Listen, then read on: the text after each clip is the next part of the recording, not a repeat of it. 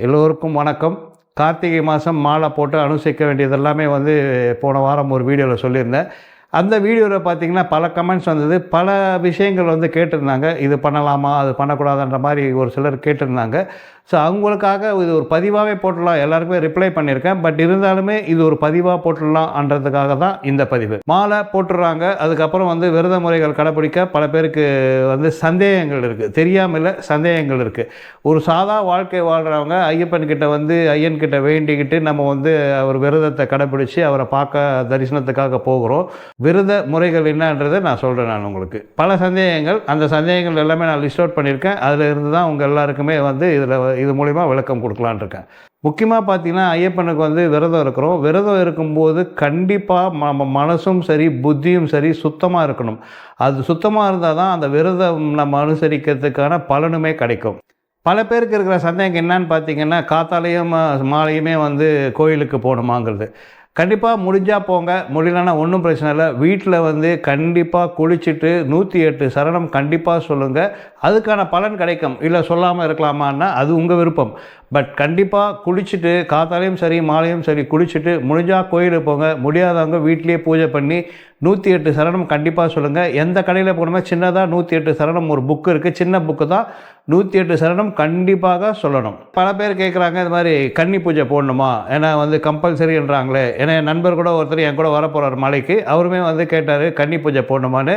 கன்னி பூஜை போடணுன்றது அவசியம் கிடையாது. முடிஞ்சவங்க கன்னி பூஜை போடலாம். முடியாதவங்க யாரோ ரொம்ப கஷ்டப்படுறவங்களுக்கோ ஒரு 2 பேருக்கோ உங்களால் முடிஞ்சது, ரொம்ப பெருசாக செய்யலைனாலும் பரவாயில்ல, ஒரு 2 பேருக்கோ 3 பேருக்கோ ஒரு அன்னதானம் பண்ணுங்கள். அதுவே நீங்கள் பூஜை பண்ணதுக்கு சமம்.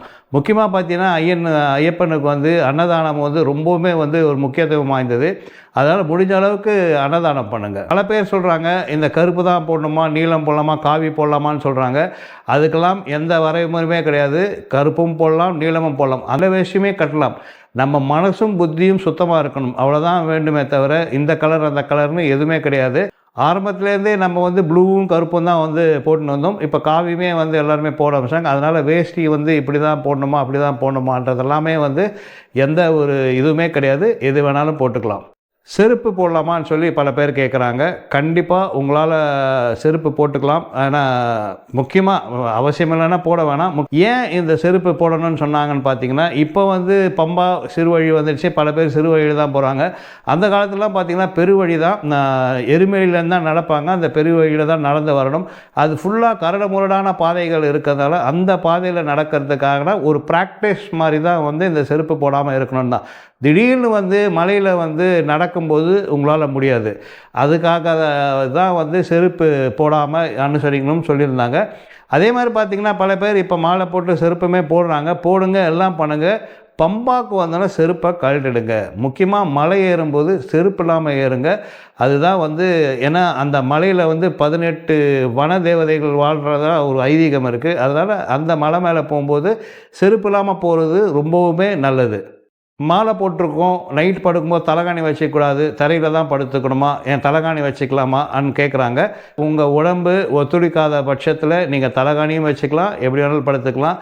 திரும்பவுமே சொல்கிறது தான், மனசும் புத்தியும் சுத்தமாக இருக்கணும். பிரம்மச்சரிய விரதம் கண்டிப்பாக இருக்கணும். அதனால் முடியாதவங்க தலகாணியுமே வச்சுக்கலாம். தலகாணி வெறும் தரையில் தான் படுக்கணும் அங்கிறதெல்லாமே ஒன்றுமே கிடையாது. நீங்கள் செய்ய வேண்டியதெல்லாம் என்னன்னு பார்த்தீங்கன்னா, காத்தால சூரியனுக்கு வரத்துக்கு முன்னாடி எழுந்துச்சு குளித்து பச்சை தண்ணியில் குளிக்கணும்.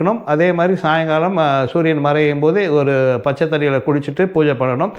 இது கடைப்பிடிச்சாலே போதும். எல்லா சாமியுமே ஐயப்பனுமே கிடையாது, எந்த கடவுளுமாக இருந்தாலுமே முன்னாடி நம்ம விடியறதுக்கு முன்னாடியே குளிச்சுட்டு பூஜை பண்ணால் அவ்வளோ ஒரு விசேஷம். ஒருத்தவங்க கேட்டிருந்தாங்க என்கிட்ட இந்த மாதிரி சாமி மேலு ஊற்றிட்டு சமைக்கலாமா, ஏன்னா எனக்கு குழந்தை இருக்காங்க, அந்த குழந்தைக்கு நான் டெய்லி தலை குளிச்சேன்னா சளி பிடிக்குதுன்னு.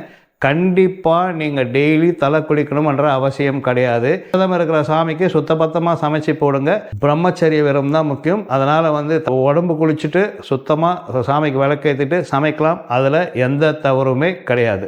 விரதத்தில் இருக்கும்போது ஒரு வேளை தான் சாப்பிடணுமா, இல்லை 2 வேளை சாப்பிட்லாமா, இல்லை சாப்பிடவே கூடாதா, இந்த ஒரு பொழுதுன்றாங்க. அது முடிஞ்சவங்க இருக்கலாம். முடியாதவர்கள் 3 வேளையுமே சாப்பிட்லாம். காத்தால டிஃபன் சாப்பிடுங்க, நைட்டு டிஃபன் சாப்பிடுங்க, மத்தியானம் ரைஸ் எடுத்துக்கோங்க. அதனால் தவறே கிடையாது.